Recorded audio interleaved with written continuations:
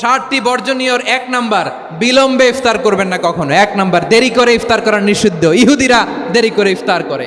লা ইয়াজালুন নাসু আলা খাইরিন মা আজ্জালুল ফিতরা।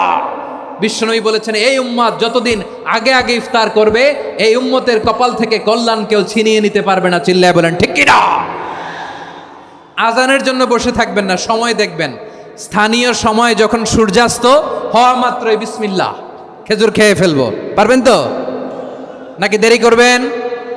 2 নাম্বার, রমাদানের পবিত্রতা বজায় রাখবো। কোনো তর্ক বিতর্ক অশ্লীলতায় আমরা জড়াবো না, ঝগড়া করবো না, সরাসরিও না, ফেসবুকেও না। করবেন? কেউ গালি দিলে বলবেন ইন্নিমরুউন সায়েম, আমি রোজাদার। আল্লাহর হাবিব শিখিয়েছেন, কেউ যদি তোমার গালি দেয়, কটু কথা বলে, অশ্লীল কথা বলে, রমজানে তুমিও বলতে পারবে না। তুমি বলতে পারবা ইন্নিমরুউন সায়েম, আমি রোজাদার। আজকে থেকে নিয়ত করেন, রমজানে কেউ গালি দিলে আপনি একটা গালি দিবেন নাকি? কি বলবেন? রোজাদার, রমজানের পবিত্রতা আমি ভঙ্গ করতে পারবো না। অশ্লীল নাটক সিনেমা আমরা দেখব না। ব্যাড হ্যাবিট থাকলে রমাদানে এটা ছাড়ার মহা সুযোগ। স্মোকিং এর অভ্যাস আছে অনেকের, ঠিক কি না? চাঁপাইনবাবগঞ্জে আপনারা স্মোকিং করেন? হ্যাঁ, না না আমরা করি না। বলেন করি না? করবেন না কেউ?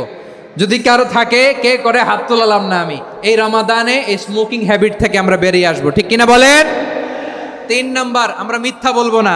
বিশ্বনবী বলেন, মানলাম ইয়াদা কাওলা যুরি ওয়াল আমালা বিহি ফালাইসা লিল্লাহি হাজাতুন ফি আইয়াদা তাআমাহু ওয়া শারাবা। যে রমজানে মিথ্যা কথা, মিথ্যা কাজ, মিথ্যা সাক্ষী ছাড়তে পারে নাই, তার না খেয়ে থাকা, উপবাস থাকা দিয়ে আল্লাহর কিছু যায় আসে না। এজন্য মিথ্যার সাথে আমাদের কোনো সম্পর্ক আছে? মিথ্যা বলবো না। 4 নাম্বার, অপচয় করব না। ইন্নাল মুবাযযিরিনা কানু ইখওয়ানাশ শায়াতিন ওয়া কানা শাইতানু লিরাব্বিহি কাফুরা। অপচয়কারী শয়তানের ভাই। আচ্ছা, যে শয়তানের ভাই ও নিজেও আরেকটা কি? শয়তান। যে শয়তানের ভাই ও নিজেও আরেকটা কি?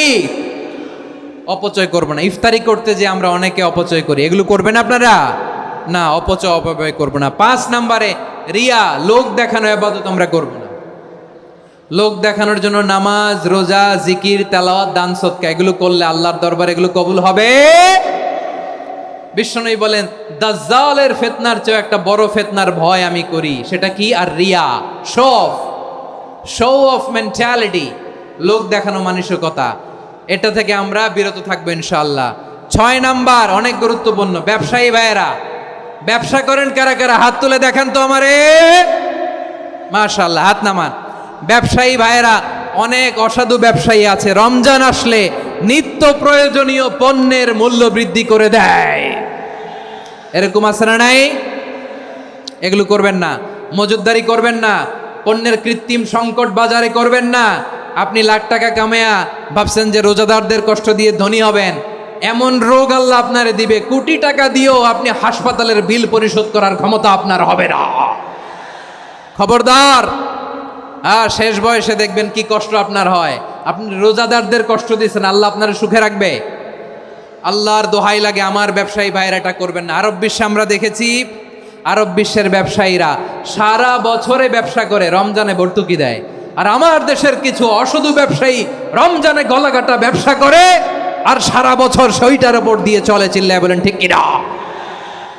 করবেন না, এটা করবেন না। নিত্য প্রয়োজনীয় পণ্যের মূল্য বৃদ্ধি করা হারাম, পণ্যের কৃত্রিম সংকট তৈরি করা হারাম, মজুদদারি করা হারাম, রোজাদারদেরকে কষ্ট দেয়া হারাম।